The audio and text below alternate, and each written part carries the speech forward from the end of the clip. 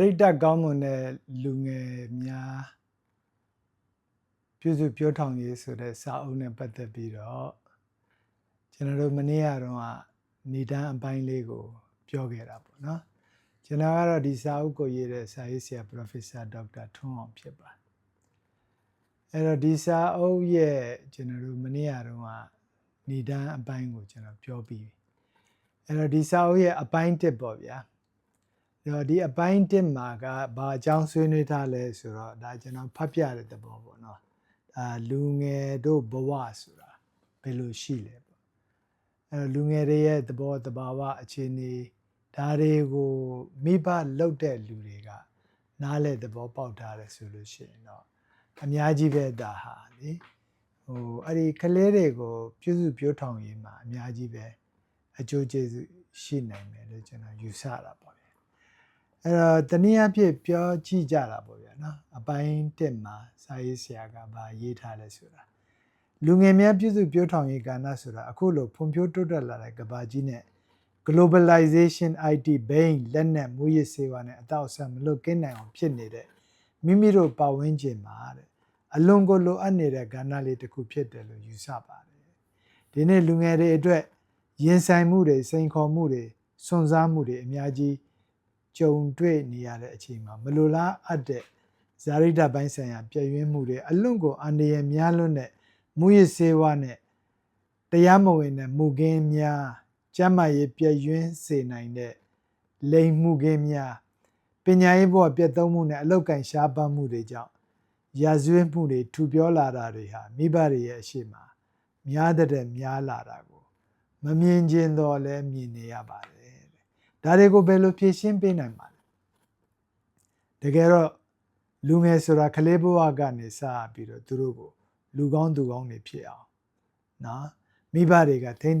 လုပ်ပေးနိုင်ခဲ့ရင်သူတို့လူငယ်တွေဘဝရောက်တဲ့အခါမှာလူကောင်းကလေးတွေဖြစ်သွားမှသိကြရတာပေါ့ဗျာလူငယ်ဆိုတာကဖျောင်းလို့ပါပဲသူတို့ကိုမမာခင်မှာပုံသွင်းပေးလိုက်နိုင်ရင်ပုံစံကောင်းကောင်းလေးတွေရသွားတာမာသွားပြီဆိုတဲ့အခါကျတော့မှပုံသွင်းရတာတအားခက်တယ်အဲ့ဒီချိန်ကျတော့မှနောင်တရမယ်ဆိုရင်ဒါတော်ကိုနောက်ကျသွားပြီဒါကြောင့်မလို့နောင်တဆိုတာကချိုတင်ပြီးတော့နော်မပြတ်ခင်ရရင်ကောင်းတယ်အဲ့တော့နောက်မှရတဲ့နောင်တတွေကိုနှောင်းနောင်တဆိုပြီးတော့ခေါ်တာပေါ့နှောင်းနောင်တရပြီဆိုရင်တော့ဘယ်လို့မှပြုပြင်လို့မရတော့တဲ့အခြေအနေဖြစ်တယ်အဲ့ဒီခါကျတော့ပုံစံကလည်းကျသွားပြီအဲ့တော့ပုံစံကျိုးသွားပြီဆိုတဲ့အခါကျတော့ဒီဥစ္စာကိုဘယ်လို့မှပြန်ဖြောင်းလို့မရအောင်ဖြောင်းလေကျိုးလေဖြောင်းလေကျိုးလေပဲဒါကြောင့်လဲလူငယ်တွေအတွက်ရည်စူးပြီးတော့လူငယ်တွေရဲ့ဘဝကိုဘယ်လိုပြုစုပြောထောင်သင့်တယ်လဲဆိုတာကိုလက်လန်းမိသလောက်ဒါစာရေးဆရာပြောပြတာသတင်းအချက်လက်တွေအတွေ့အကြုံတွေသူ့ရဲ့ဟလာဒီသူတေသနာပြုလုပ်ချက်တွေပုံမှာမူတည်ပြီးတော့သူကရေးသားလိုက်တာပေါ့နော်ဒါပေမဲ့အဲ့ဒီရေးသားချက်တွေကလည်းသူကလည်းဘယ်တော့မှပြည့်စုံတယ်လို့သူမယူဆဘူးပေါ့ဗျာဒီထဲမှာလည်းလိုအပ်ချက်တွေရှိကောင်းရှိနိုင်ရှိရင်လည်းဖြည့်ဆွတ်ပေးဖို့အတွက်သူကမေတ္တာရက်ခံထားတယ်သူကဆက်ပြောပြတယ်သူကယနေ့ခေတ်လူငယ်တို့အတွက်ကတော့တဲ့မိမိတို့ဘဝရဲ့အရေးပါဆုံးအချိန်ဖြစ်တယ်လူငယ်တွေရဲ့ဘဝသူတို့ဘဝအတွက်အလွန်အရေးကြီးတဲ့အချိန်ဖြစ်ပြီးတော့ငယ်ရွယ်နေတဲ့အချိန်မှာဒီတန်ဖိုးကိုသူတို့သိနားလည်ဖို့ဆိုတာသူတို့အတွက်အလွန်ခက်တယ်ဒါကြောင့်လူကြီးတွေကသူတို့ကိုနားလည်အောင်လုပ်ပေးဖို့အရေးကြီးတယ်နော်တက်နိုင်ပြီးတော့ပဲ့ပြင်သွန်သင်ဆုံးမပေးနိုင်မဲ့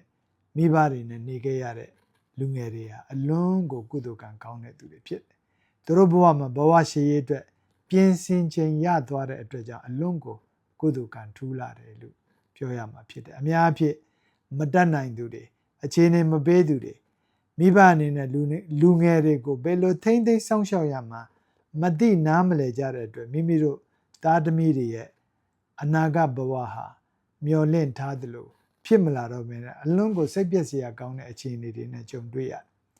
အဲ့တော့အနာဂတ်ဟာအလွန်ကိုမှောင်မဲသွားတဲ့ကဏ္ဍတွေမဖြစ်သွားဘူးလားတဲ့အဲ့လိုဖြစ်သွားတဲ့အခါကျတော့စိတ်မကောင်းတာကလွယ်ပြီးတော့ဘာမှလည်းမတတ်နိုင်တော့ဘူးဟုတ်အဲ့တော့သူတို့ဘဝကလေးတွေအဲ့ဒီလိုမဖြစ်ရအောင်လူငယ်တွေရဲ့ဘဝတဘာဝသဘောတရားများနဲ့အကောင်းအဆိုးတွေကိုဖြစ်ပေါ်စေတတ်တဲ့အခြေအနေ အကြောင်းတရားတွေကိုမိမိတို့မိဘတွေအနေနဲ့သိထားလေ့လာထားနိုင်မယ်ဆိုလို့ရှိရင်တော့တဲ့သားသမီးတွေအပြင်ပေါ့နော်မိမိတို့သားသမီးတွေအပြင်တခြားမိဘတွေရဲ့သားသမီးတွေကိုပါလမ်းညွှန်ထိန်းချောင်းပေးလို့ရနိုင်ပါတယ်တဲ့ပြီးတော့တဲ့မိမိတို့ရဲ့မိသားစုအတိုင်းအဝန်းနဲ့ပတ်ဝန်းကျင်ကိုမင်္ဂလာအဖျားဖျားနဲ့ပြည့်စုံကောင်းမွန်တဲ့အနာဂတ်ကိုဖန်တီးပေးနိုင်တဲ့သားသမီးတွေကိုပေးဆက်နိုင်မှာပဲဖြစ်ပါတယ်ဒါကြောင့်လဲလူငယ်တွေနဲ့ပတ်သက်တဲ့သဘာဝနဲ့ကောင်းမှုမကောင်းမှုတို့ရဲ့အကျိုးဆက်တွေအခြေအနေတွေနဲ့အဲ့ဒါတွေဘယ်လိုဖြစ်ပေါ်လာတတ်တယ်လဲဆိုတာကို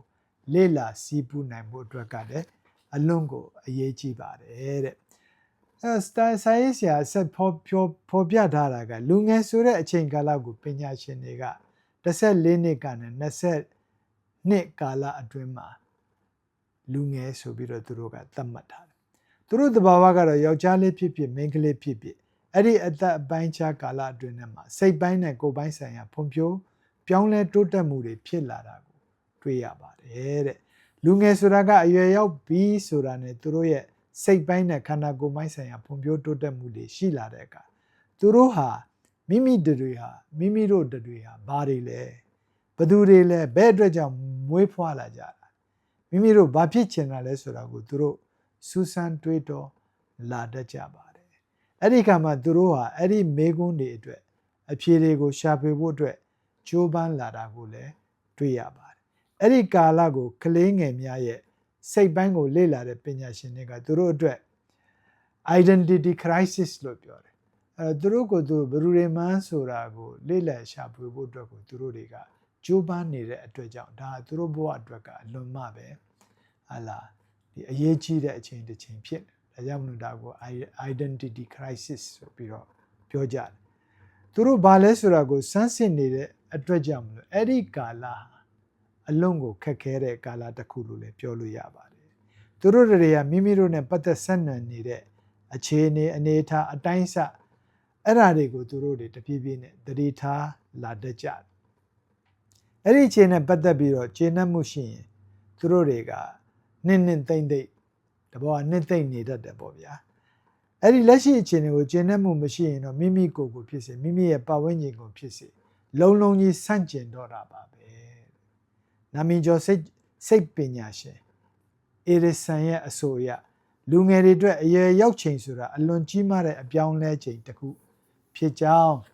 ပြီးတော့သူတို့ကအဲ့ဒီတန်ဖိုးကိုကိုယ်တိုင်ရှာဖွေနေတတ်ကြတာဖြစ်ကြောင်းပြောပြပါတယ်သူတို့တွေကသူတို့ကြီးရင်ဘာလို့ရမလဲဆိုတာကိုရှာဖွေကြံစနေတော့တာပါပဲတဲ့သူကဆက်ပြောတယ်လူငယ်အများစုကမိမိတို့ရဲ့လက်ရှိအနေအထားတွေကိုကျေနပ်တဲ့အရေးအတွက်ကအလွန်နှဲပါတာကိုတွေ့ရတယ်အများအဖြစ်ကလက်ရှိအခြေအနေတွေကိုသူတို့မကျေနပ်ကြဒါကြောင့်လည်းသူတို့ကမကြာခဏဆိုသလိုမိဘတွေရဲ့အလိုနဲ့ဆန့်ကျင်ဘက်တွေလောက်ကင်လာကြတာကိုအများအဖြစ်တွေ့ရတယ်ဒီတော့ဘာမဟုတ်တဲ့အသေးဖွဲကိစ္စကလေးတွေအတွက်မကျေနပ်ချက်တွေရှိကြောင်းအဲ့ဓာတွေကိုမကြာခဏဖွင့်ဟပြောဆိုလာတာကိုလည်းတွေ့ရတတ်ပါတယ်အဲ့တော့သူတို့ရဲ့အဲ့ဒီစန္ဒ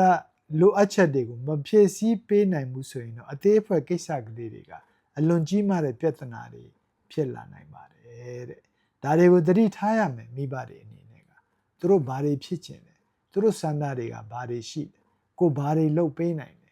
ဒါလေးတွေကိုသိရဒါကြောင့်မလဲတစ်ခါတလေမှသူတို့တွေကအန္တရာယ်အလွန်များလာတဲ့အလုပ်တွေဘေးဥပဖြစ်စေတဲ့အရာတွေပြစ်မှုထိုက်စေတဲ့အရာတွေဝင်ရောက်ပြီးတော့လောက်ကင်မိလျက်သားတွေ့ရတတ်ပါတယ်ဒီလိုနဲ့သူတို့တွေကစိတ်တက်ရေးရတယ်ပြပြလာတတ်ပြီးတော့ဈေးလိတ်တောက်တက်လာတယ်မူရစေဝါတွေသုံးဆွဲတတ်လာခိုးဆိုလူရဲ့တိုက်ခိုက်ပြီးတော့မကောင်းတဲ့အပေါင်းအသင်းတွေကြောင့်ပေါ့နော်အဲ့ဒါတွေလောက်တက်လာအဲ့တော့အဲ့ဒီလိုလောက်တက်လာတာတွေကိုမိဘတွေမြင်တဲ့အခါကျတော့တော်တော်စိတ်ပြည့်ရတယ်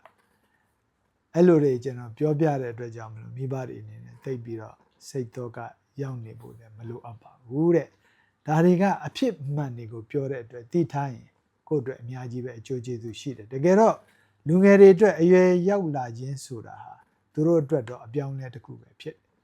အဲ့ဒီလိုမလိုလားအပ်တဲ့စိတ်ဓာတ်တွေဝင်ရောက်လာတာကလည်းအချိန်အတိုင်းတာတစ်ခုအတွက်တာဖြစ်တယ်သူတို့တွေကအမှန်တော့လူကြီးတွေဖြစ်လာတဲ့အခါမှာအဲ့ဒီမကောင်းတဲ့စိတ်ဓာတ်တွေနဲ့လောက်ရက်တွေ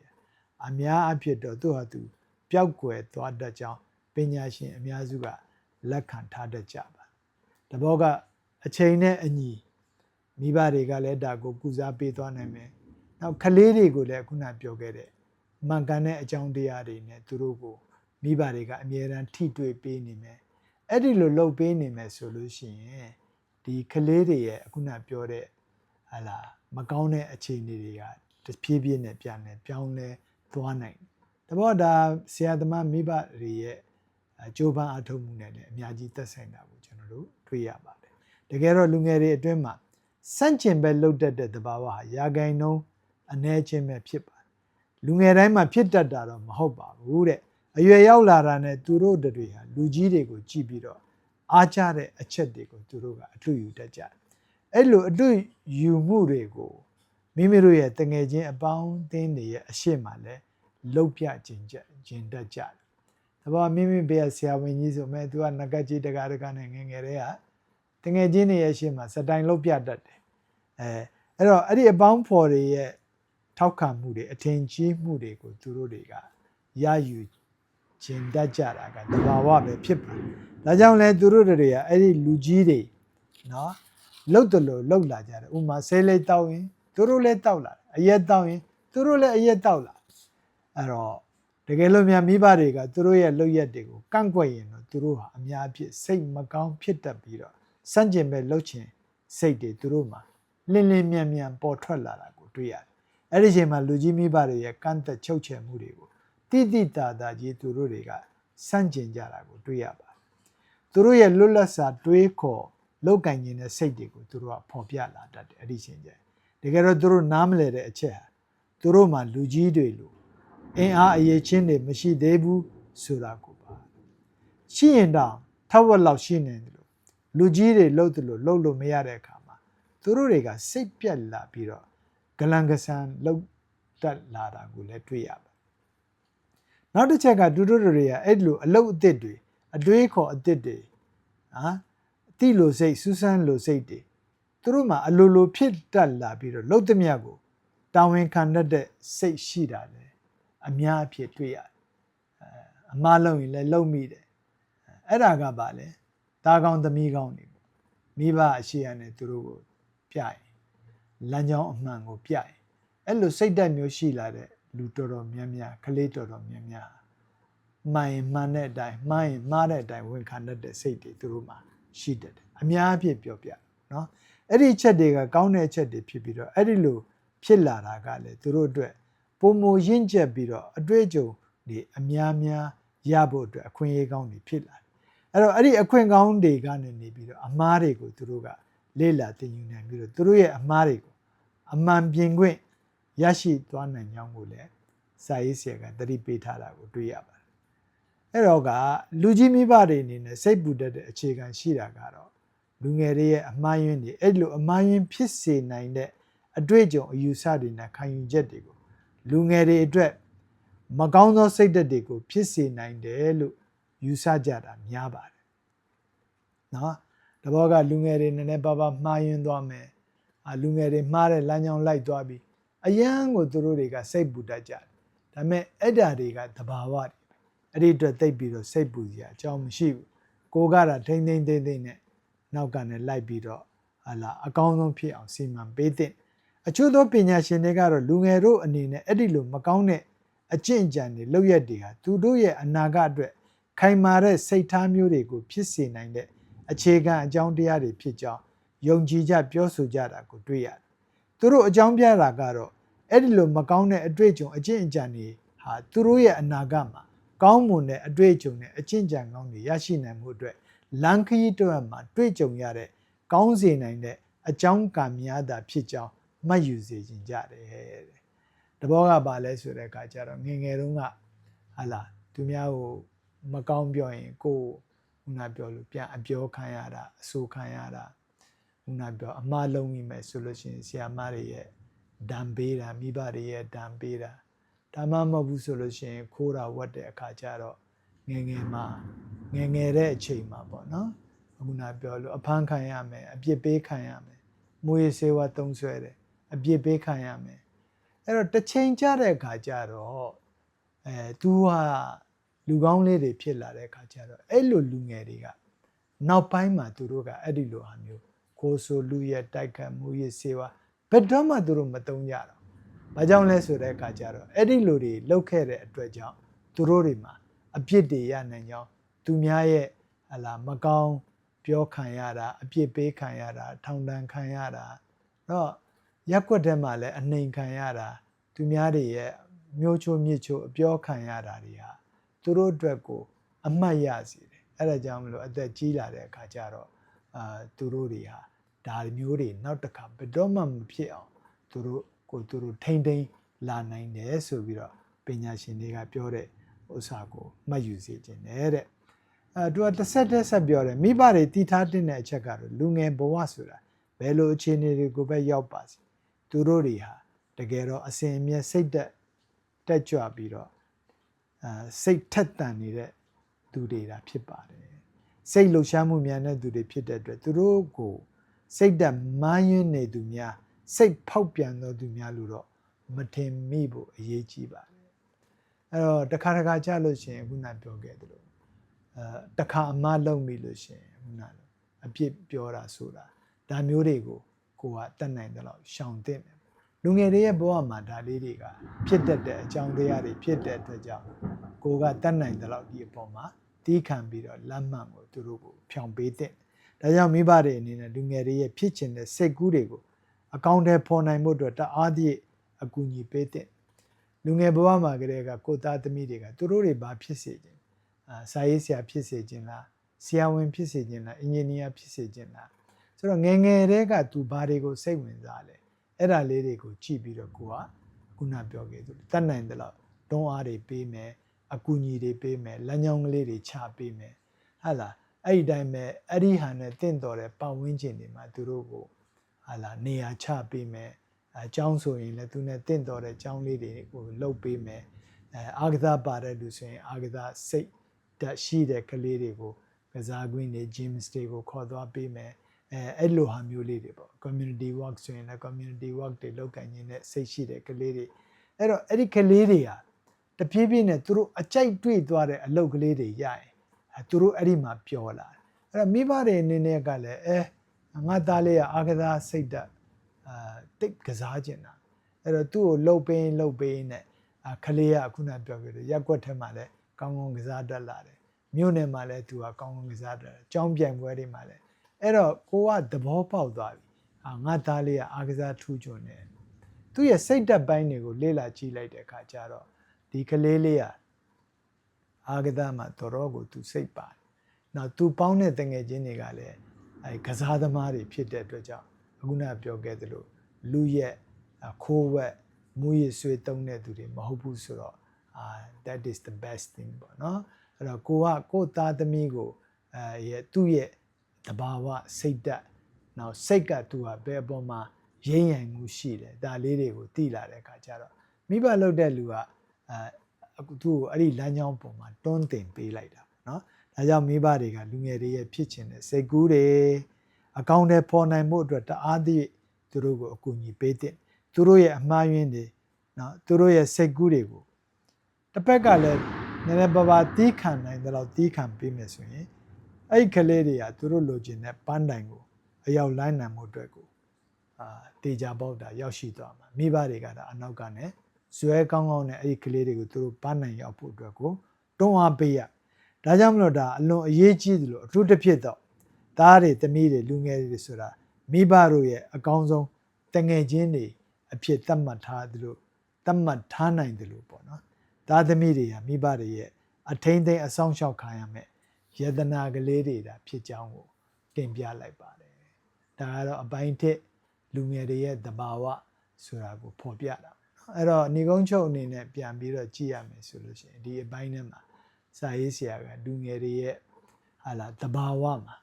เนาะသူတို့လှုပ်ချင်ကြင်နေတာတွေလှုပ်လို့မရရင်သူတို့တွေနှွဲ့မယ်ဆိုးမယ်စိတ်ဆိုးမယ်စိတ်ကဆန့်ကျင်ဘက်တွေသူတို့လှုပ်မယ်အဲ့တော့မိဘတွေအနေနဲ့ကသူ့ကိုငယ်တွေကနေနေပြီးတော့ပုံစံတစ်ခုကိုချပေးရအဲ့တော့ဒီအပိုင်းမှာလူငယ်ရဲ့သဘာဝကိုပြောပြသူ့သဘာဝကအခုနပြောခဲ့သူသိကျင်တယ်စူးစမ်းကျင်တယ်ဒါ ဒါပေမဲ့အဲ့ဒီ तू စူးစမ်းကျင်နေတဲ့အရာတွေဟာ तू မြင်တဲ့အရာတွေ तू အရှိမလာတဲ့အရာတွေဖြစ်အဲကြောင့်မလို့ तू အရှိမလာတဲ့အရာတွေဟာဘယ်သူတွေလဲလူဆိုးတွေလားတခိုးတွေလားဓမြတွေလားမူရစေသမားတွေလားဒါမှမဟုတ်ဒါကြောင့်မလို့ပတ်ဝန်းကျင်ကောင်းဆိုတာကလည်းမိဘကဖန်တီးပေးရကောင်းတဲ့ပတ်ဝန်းကျင်မှာထားနိုင်မှုအတွက်ကိုကြိုးပမ်းပေးရအဲ့ဒီလိုဆိုလို့ရှိရင်အဲ့တော့ဒါပေမဲ့ဒီအပိုင်းမှာကလူငယ်တွေရဲ့သဘာဝကိုအထူးသဖြင့်ဖော်ပြထားတဲ့အတွက်ပြုစုပြောထောင်ရေးတွေကတော့ဒါနောက်ပိုင်းလာမှာပေါ့လေအဲ့ဒီအတွက်ကြောင့်မလို့ဒီလူငယ်တွေရဲ့သဘာဝကိုကျွန်တော်တို့ကကြည့်တဲ့အခါမှာသူတို့တွေရဲ့သဘာဝကအဲ့ဒီလိုစူးစမ်းညင်နေဟလာရှေ့ဆက်ပြီးတော့သူတို့လှုပ်ချင်တဲ့အကြောင်းအရာတွေကိုအာယုံစူးစိုက်ပြီးတော့လှုပ်ချင်တဲ့စိတ်ဓာတ်တွေရှိနေတဲ့အချိန်မှာကျွန်တော်တို့မိဘတွေအနေနဲ့ကအဲ့ဒါကိုခုနပြောခဲ့အမှားယွင်းလေးတွေနည်းနည်းပါးပါးရှိရင်လည်းတိတ်ပြီးတော့စိတ်ပူစရာအကြောင်းမရှိဘူးတစ်ဘက်ကနဲ့ကျွန်တော်တို့ပြုပြင်ပြီးတော့လှုပ်ပေးမယ်ဆိုရင်ဒါဖြစ်သွားမှာအဲ့တော့လူငယ်တဘာဝဆိုတဲ့အတွက်ကြောင့်မလို့ဒီတဘာဝကိုကိုယ်တိုင်ကလည်းမိဘတွေကဒီလူငယ်တွေရဲ့ဟာလာဒီဘဝနဲ့ကိုယ်တိုင်လည်းကြုံခဲ့တဲ့ဒီတဘာဝကိုဒီဘဝအပိုင်းခြားကိုဖြတ်တန်းပြီးတော့ကိုကလူကြီးဖြစ်လာအဲ့ဒီအတွက်ကြောင့်မလို့လူငယ်တွေရဲ့ကိုယ်တိုင်ကိုချင်းစာပြီးတော့သူတို့အတွက်ကိုကြိုးပမ်းဆောင်ရွက်ပေးမယ်ဆိုရင်ဒါကိုယ့်ရဲ့လူငယ်တွေရဲ့တဘာဝကအလွန်အောင်မြင်တဲ့ဟာလာတဘာဝတစ်ခုအပိုင်းခြားတစ်ခုကိုဖြတ်တန်းပြီးတော့လူကြီးတွေရဲ့ဘဝကိုသူတို့ရောက်ရှိလာမှာဖြစ်တဲ့အကြောင်းပြောကြရင်လည်းပဲညီကုန်းချုပ်အပ်ပါကျေးဇူးပါခင်ဗျာ